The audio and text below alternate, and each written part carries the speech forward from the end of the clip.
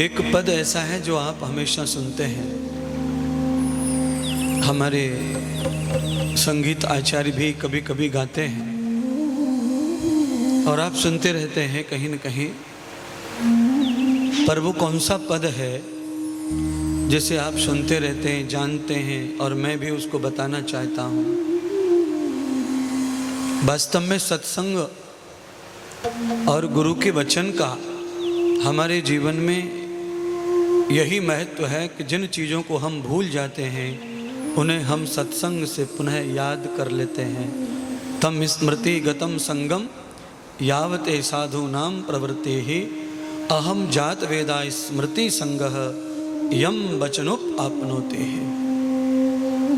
जो चीज़ हमें आती है हम उसे भूल जाते हैं, जो हमने पढ़ा उसे भूल जाते हैं, जो याद किया था उसे भी भूल जाते हैं। अब बदकिस्मती यह है कि याद होने के बाद भी डिलीट हो जाता है, विस्मृत हो जाता है, स्मृति से आउट हो जाता है।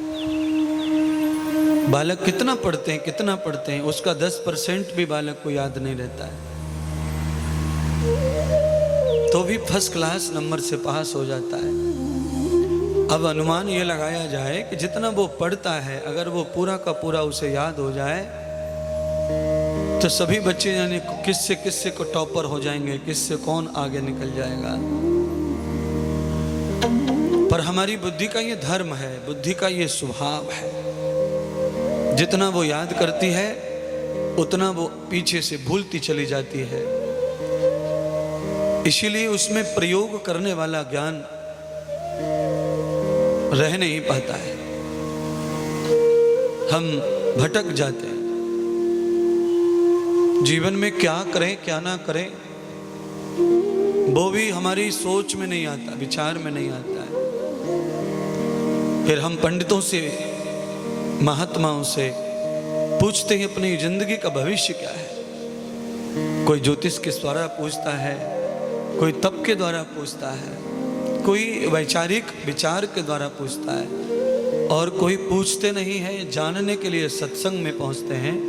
तो आप जानने आए हैं जिंदगी को, तो सत्संग ये शिव कथा के माध्यम से आप किशोरी सेवा धाम के इस पवित्र प्रांगण से, परिक्रमा मार्ग में रमण रहती संत कॉलोनी से आप विचार ले रहे हैं। जो भी हम भूल गए हैं वो पुनः पुनः याद हो जाए और हम अपने मानवीय कर्म को सिद्ध कर सके। करता करे न कर सके गुरु करे सो होए, करता करे न कर सके गुरु करे सो होए।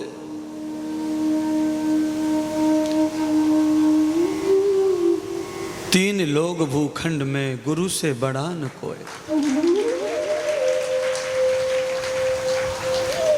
देखिए वैसे तो सबसे बड़ा परमात्मा है, पर परमात्मा जन्म से ही किसी व्यक्ति को बुद्धि नहीं देता, बिना बुद्धि का भेजता है। किसी को आंख नहीं देता, बिना आंख का भेजता है। किसी को कान नहीं देता, बिना कान का भेजता है। किसी को तो कान मुख दोनों ही नहीं देता, भेज देता है।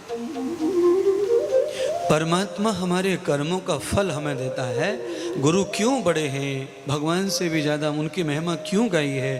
क्योंकि गुरुदेव अंधे को भी मार्ग देते हैं, बहरे को भी ज्ञान देते हैं, गूंगे को भी बोली देते हैं, लंगड़े को रास्ता देते हैं, लूले को कर्म देते हैं। भगवान ने जो नहीं दिया वो गुरुदेव संसार में देते हैं।